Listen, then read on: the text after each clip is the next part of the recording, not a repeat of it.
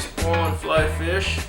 This is Pete, you might also know me as Blue River Flies, and today we're going to tie one of my favorite flies, which is a squid fly.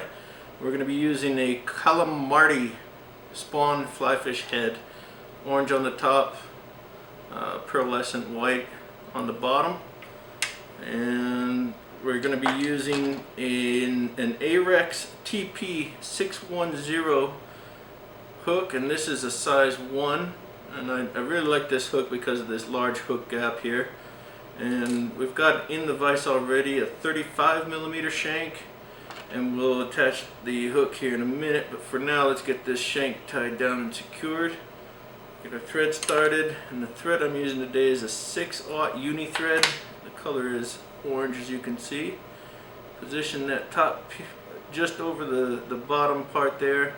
Once it's lined up, get a few good thread wraps, work your way back, and nice and snug. We'll give it a couple passes, and you could add some head cement or super glue at this point if you wanted, but we're going to be using some spider wire to attach the hook, and I'll go ahead and glue it down after we've got that on. So here's a doubled over piece of 50-pound spider wire, and if you saw the stickleback tutorial, I'm going to tie this spider wire in the same way as I did for that, and again, there's so many ways to attach a hook as a stinger style, but I really like this method.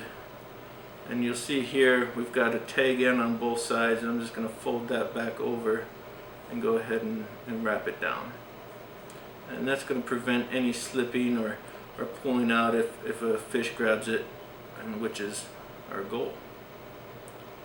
Alright, and again, secure that down nice and snug. At this point, I'm going to add a couple of beads on here, and these are the 3D bead from Hareline, and I'm going to use 2 of them. And when you add these on, make sure you're keeping these, you know, left on left and right on right for your wire or your spider wire, whatever you're going to use. There's one, and our second bead. And at this point we can add our hook. I'm going to go hook point up on this. Alright, so you can see there's a little bit of play right there, and that's good because as this moves through the water, we want these beads to slide back and forth and give a little click that the fish will sense or hear, if you will, on their lateral line. And as far as distance away, about 2 inches from the end of the shank to the end of the hook should be sufficient. So go ahead and position it right there. Now with this tag end, I'm going to come back through the beads.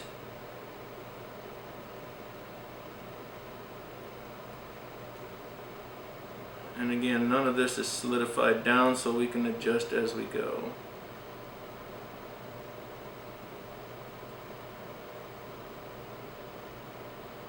This one wants to fight a little bit, but it's alright. Okay. Maintaining our top and bottom here, and just give it a little wiggle if you have to readjust your spider wire. I think that's going to be okay right there.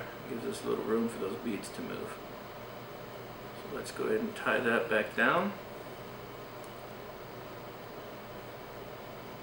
Get a few rough wraps on with the thread on there just to position, and then we'll start to cinch it down pretty tight.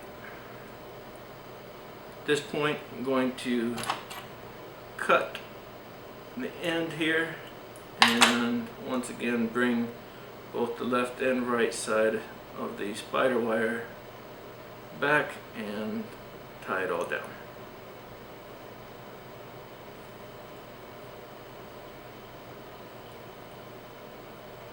I'm not really going to worry about that little tag right there because we're going to cover it up with some dubbing here in a second. Alright, so at this point let's throw on some head cement.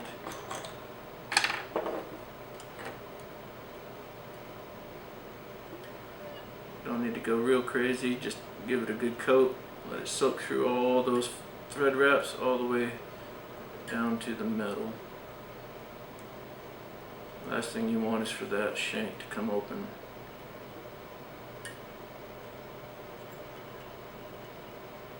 Alright. Normally that'd take 30-40 seconds to dry. We're going to help it along by just wrapping over once again with some snug thread wraps. Call that good. Alright, so now we've just got a shank, we've got a stinger style hook here, a couple beads for attraction and noise. And just let that sit right there out of your way. So the first thing I'm going to do is make a little bump, if you will, and I'm going to use some UV Shrimp Pink Ice Dub, also from Hareline. That's a pretty good pinch right there. It's going to go one on top and one on bottom. And what that'll do is, as I add the feathers that are going to act as tentacles, it'll kind of push them out, and as the head is assembled on, it won't cloud everything down and won't make it all in a straight line. It'll give it some depth, if you will. So just a loose wrap, let it kind of slide both sides of the hook or the shank and up to our previous tie-in right there. I'm going to come back, keep this thread snug on the way down as you pull the remainder back over and veil it onto itself. And now we'll flip the hook over and do the same thing on the bottom side. It's a little sparse, but it should do. Depending on what kind of vise you're using, this jaw may or may not impede your movement, but you can always figure out a way around that. So just slightly move it around, and remember on the way back we're going to be veiling this so it'll cover any bare spots you see right here. Keep the thread tension, bring that forward, and back to our original tie-in. Alright.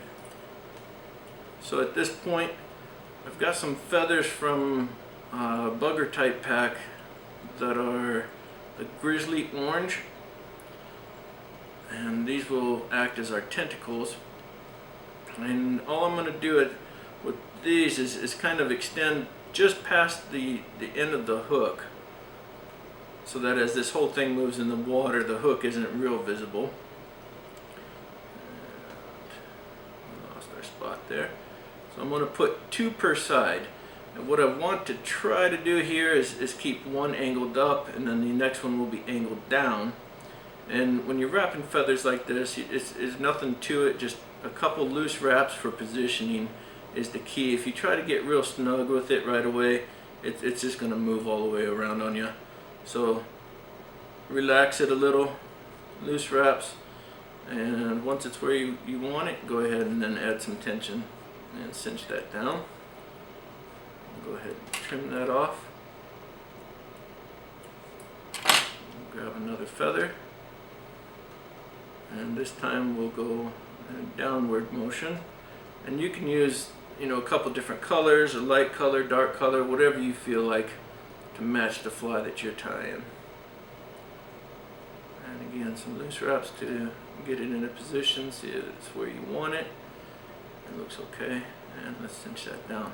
If these do turn on you, it's not the end of the world. It's still going to have the effect you want, which is that wavy type motion in the water. The rest is just up to you as far as how neat and tidy you want to keep all those feathers. So now I'm going to turn the shank so that you're seeing my side of it, and we'll repeat the process with a couple more feathers. There's no limit to how many feathers you can put on here. If you want to be accurate, you'd go with the 8 tentacles or however many a squid has. I'm not sure if they match an octopus or not. That tells you how much I studied that. Alright, so there's one on top. Get that on there. And we'll have one on the bottom now.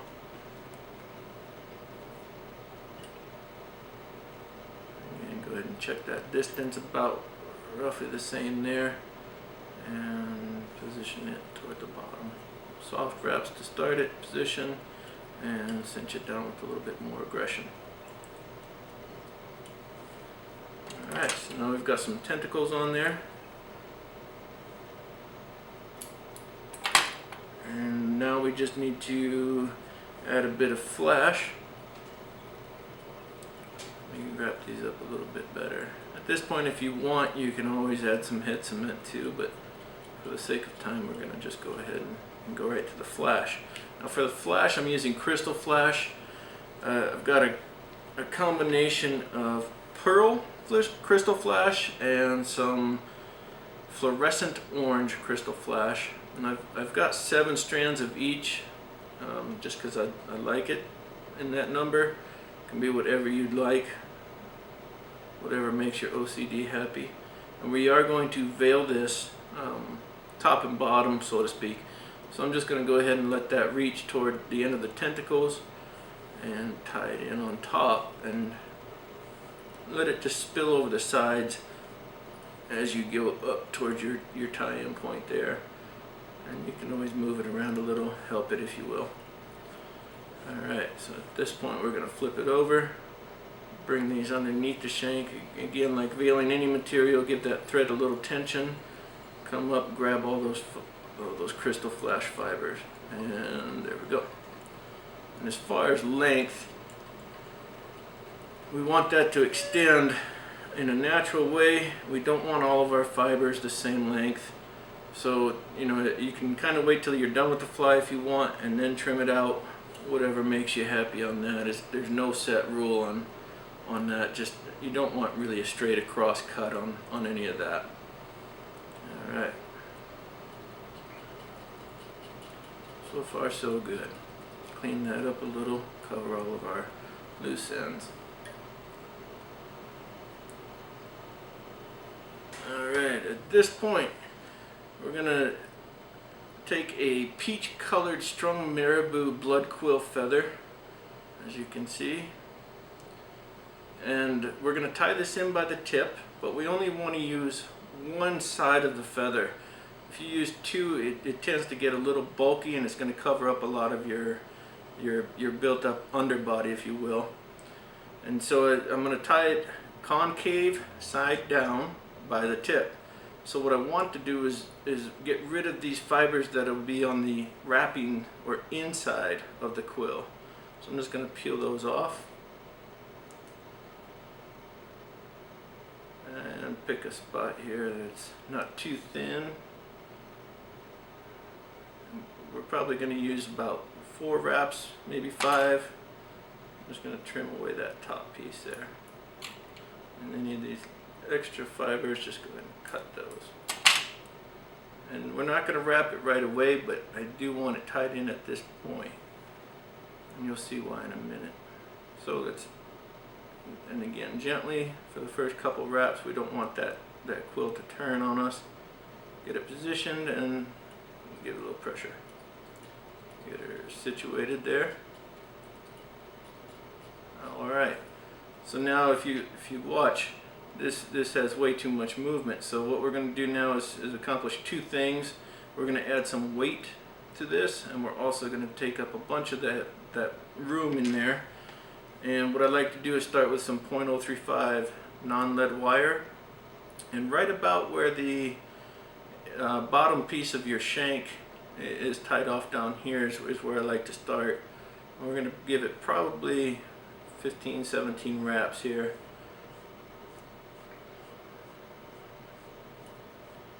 We're going to stop right about a 1/4 inch shy of the end of the hook eye, or the shank eye. And we're going to switch to a cuticle scissor so we don't ruin our good thread scissor. Cut that off, round it nice so we don't tear our thread up as we come to wrap this down. There we go. And then come up and trim the front side and crimp that side down. So as we go with the thread, we're going to go at a 45-degree angle so that we can kind of position everything. If you went straight on, you would spread these wraps of wire out, and it would mess up your effect in the long run. So 2 times back and forth at 45, and then we can come through with some straight on wraps and really lock that wire down. Alright, and at this point I'm going to go to a 0.025, and the reason being I don't like this huge bump here, so I'm going to make that a little bit more gradual, and then I'm also going to add 3 reps at the end of it so that there's a gradual build for our bulk material here coming in a second. So I'm going to maybe go 3 wraps before the wire starts, and then in the gap of each previous wrap of the 0.035, I'm really going to make sure that this sits in between each of those wraps. And then 1, 2, and 3. Now we really, once we've tied this 0.025 down, we're going to have no movement of that underbody whatsoever. Give that a snip. That's a bit long there on the cut. Curl that under. And do the same thing toward the front. Just round that down. So again, 45-degree wraps to start. Get this flash out of the way, just to get a grip, if you will, on that wire. Once, and here comes twice. And now I'll show you the difference, how much room we've taken up, and of course we've added a substantial amount of weight to get this fly down. So as you can see, it's getting better, but there's still quite a bit of room. So now how do we take care of that? Simple. We're going to use some fine chenille. This is white fine chenille from Hareline. And where I like to go ahead and tie it in is, again, to keep this body gradual, I like to look in the terms of no big humps, if you will, of material. So if I tie it in here, I'm going to take care of one of those right now.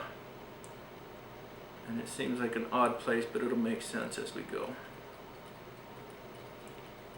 Alright. So all I'm going to do is start my wraps of chenille. And we're going to cover up all this wire. And this is really going to snug up our squid head. And once it's all together, it'll give a nice even surface for that head to be glued onto, and nothing will move. So once all the way back. Here's where it gets a little tricky. We're just going to come back over itself. And right about here is where we're going to make contact with that head, but I'm going to go ahead and bring that chenille all the way up, because I don't want a big open space here at the opening of the head. And just to check to see if we have enough chenille and not too much, you can see it's really tough to get that head on there now, but it's nice and snug, and I really like that effect. So at this point, go ahead and catch your chenille, and that extra stiffness that we have of getting the head on, we're going to eliminate some of that by go ahead and running our thread back down and back up. And then we'll clip this excess chenille.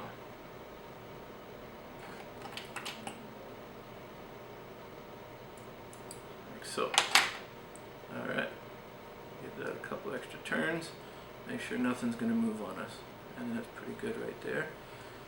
And so now, the added bonus of the chenille being a surface to grab our head as we attach it, it also gives a spot for this to grab onto. And we're going to take our pre-trimmed or peeled Marabou and just start wrapping around, and you'll see this start to splay out.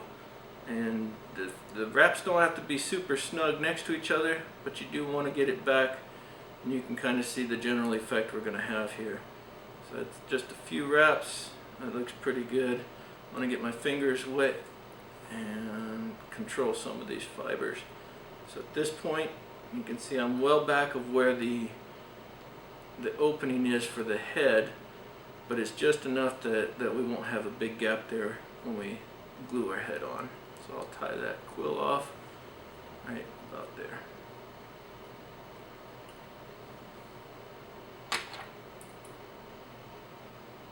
Trim. Let's see how that looks. Kind of like it. And just catch the end of that quill really well. Make sure it's all tied down. Now at this point we don't want to come too much past where our tie off is, because it'll essentially undo the work of creating an illusion of volume here that we've created. So just really cinch that down. Go ahead and come all the way back down, and we're going to whip finish twice, and then we can apply our head. Of course there's Marabou feathers on everything, which means you're doing something right. There's 5. Whip finish 1. Let's do another one. And 5 more. Alright. Trim that off nice and neat. Alright, so now we've got our second 35mm shank in the vise. And we're now going to turn this into an articulated squid. Get our thread started. Like so. And once again we're going to secure down the top over the bottom of that shank. Get a few strong wraps and really get it cinched down. At this point, if you want to add weight, go ahead, and if you don't, that's fine too. All depends on how heavy you want this fly. I want this one to get down a little bit, so I'm going to add some more .035, and much like we did before, we're going to go off of that bottom portion where the shank ended. So I'd say 14-15 wraps should do. And there's 15, let's call that good. And our wire scissor here. Trim that end. And always make sure you roll this over the curved edge of your scissor if you have that. And just so you don't have a real sharp edge on the points where you've made those cuts. Otherwise you'll be starting your thread many times.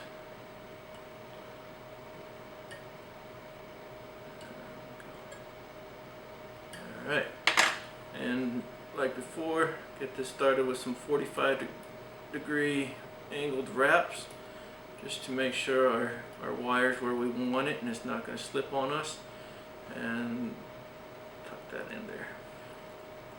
Now we can start going in between each wrap.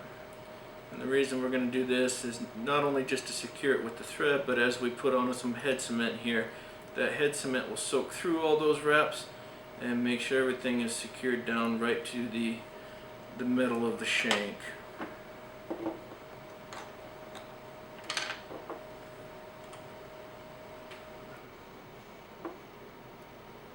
Tilt this just a touch. I don't need to go super crazy on it. Again, it is going to soak through all those wraps. There we go. It's probably too much, but I don't know if there is such a thing. Alright. So now we'll let that dry just a touch. Now what I'm going to finish this with is some rabbit. And you can see here I've got some two-tone. Let me show you the package.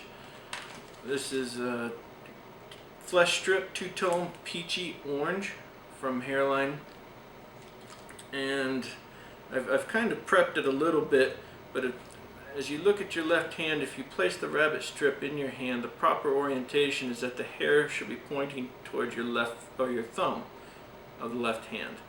And then at that point you can come in and just trim about 1/4 inch of the hair right off the leather. Angle it if you want. It makes it just a little bit easier to tie in. And the proper way to tie this in is so that the hair side or fur side is facing the shank or hook, depending on what you're tying on, and you should be looking at the leather, the clean side of your strip. I'm going to run some more thread over this just to make sure it's not going to stick real bad as we start our rabbit on there. rabbit hide and head cement are very much attracted to each other, and it causes a mess that you just don't need. Alright, that should do. I'm going to just grab it there with my fingers and make sure everything's okay and dry. Get any excess off. Alright, so now we're ready to tie this in.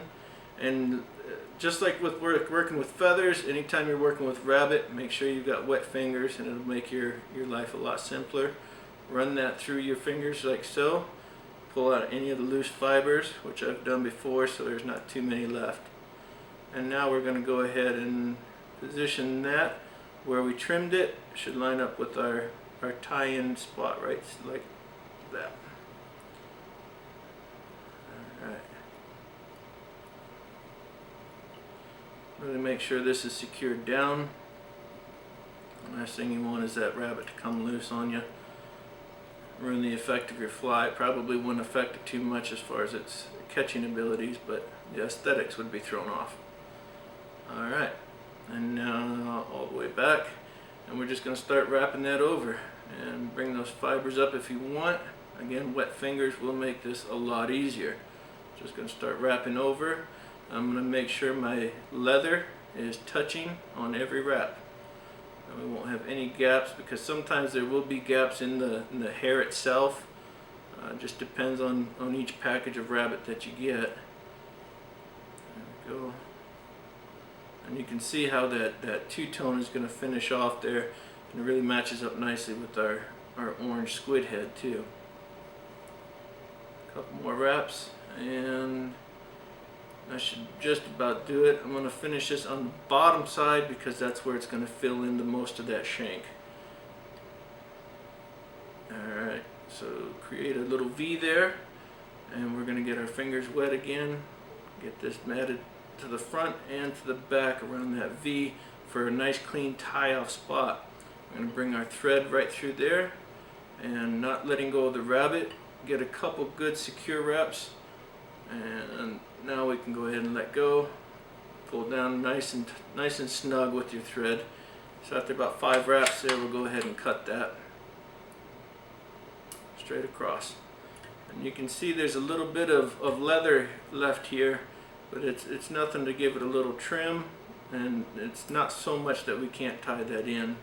Get rid of any loose fibers of hair and begin securing down that tag end of leather. Alright, and at this point I'm going to turn it right side up again. And once you're happy with the evenness of this thread head, if you will, even though it's the tail, I'm going to grab a whip finish and get this secured all the way down.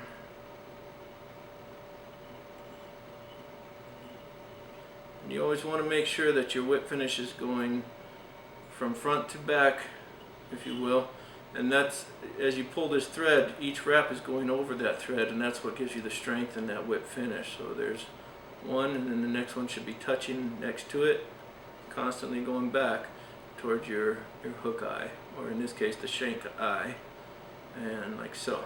And you can see it pull underneath there and trap itself. Go ahead and cut the thread. Give it a little bit of head cement here. Coat our whip finishes. Mark that around, being careful not to get any of that head cement into the rabbit itself.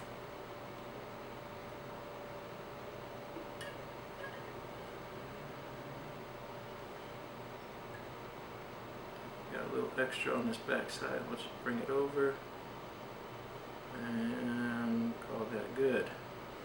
Alright, and at this point you could definitely go fish it, and it would produce. I like to add just a little bit more, and I've got a Copic marker, and this is a cocoa brown, and I'm just going to add some dots in here at random, nothing too crazy. I think it adds just a little bit of realism. And before we take it out of the vise, I've got a little Stanfo comb. I'm just going to go ahead and brush that, and it'll spread some of that marker out, and it'll also make sure that any of the fibers from the rabbit that we may have trapped are going to be pulled out. And that's that rabbit really moved nicely in the water. Alright. And that's about it. Now we do have a wet end here from our head cement, so I'm just going to grab this with my whip finisher there, and as you can see, that is our finished squid. So thank you for joining us. I hope this taught you a couple little things, and go get some big fish on our spawn fly fish heads. Thank you again.